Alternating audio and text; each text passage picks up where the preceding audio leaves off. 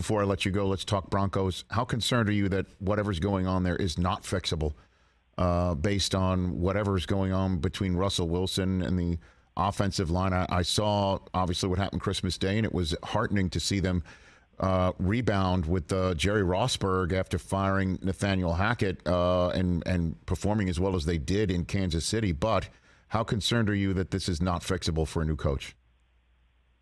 I'm not concerned that it's not fixable. I think it's fixable. I think Russell is quote unquote fixable. You know, when I hear people say, well, he's not the athlete he once was and this, that, and that. He's still plenty athletic enough to threaten the edge, to run the football. You saw that last week in Kansas City. He can do all those things.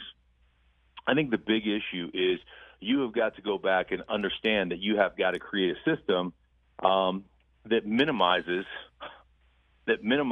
the impact that your quarterback has.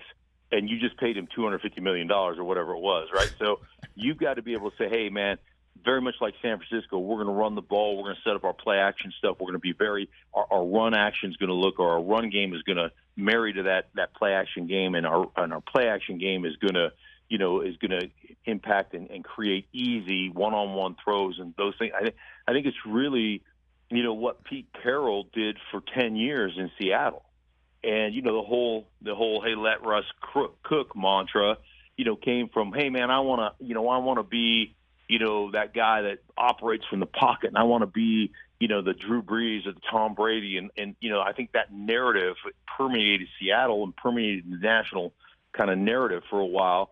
And ultimately, I think, Pete Carroll was protecting Russell Wilson, saying, hey, there's certain skill sets that we don't think you have, and this is the way we're going to do it. This is the way we're going to, protect ourselves as an offense. And I think you're going to, if a coach comes in here and has the authority to go back to that, then I think Russell will be fine ultimately. But you've got to be able to look at yourself very critically and saying, okay, you know what, I wanted this, but I'm not that yet, or I'm not that now.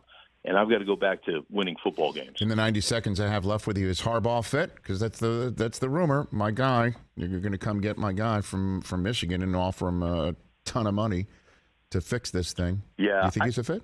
I think Harbaugh's a fit anywhere. I think one thing about Jim Harbaugh is everywhere he's ever been, and I've talked to several people about this, Brock Hewer and a couple other guys that I know well that know Jim Harbaugh well. Everywhere he's ever been, he's built a bully.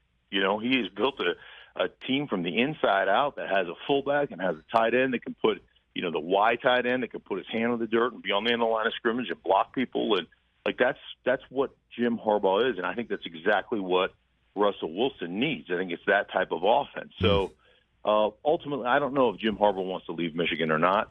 My gut would say he doesn't, but I have no idea. It's just the way I feel about professional football versus college football, and I feel like he's at home. He's a Michigan guy, just like you. Catch the Rich Eisen Show every single day on the Roku channel, 12 to 3 Eastern, for free.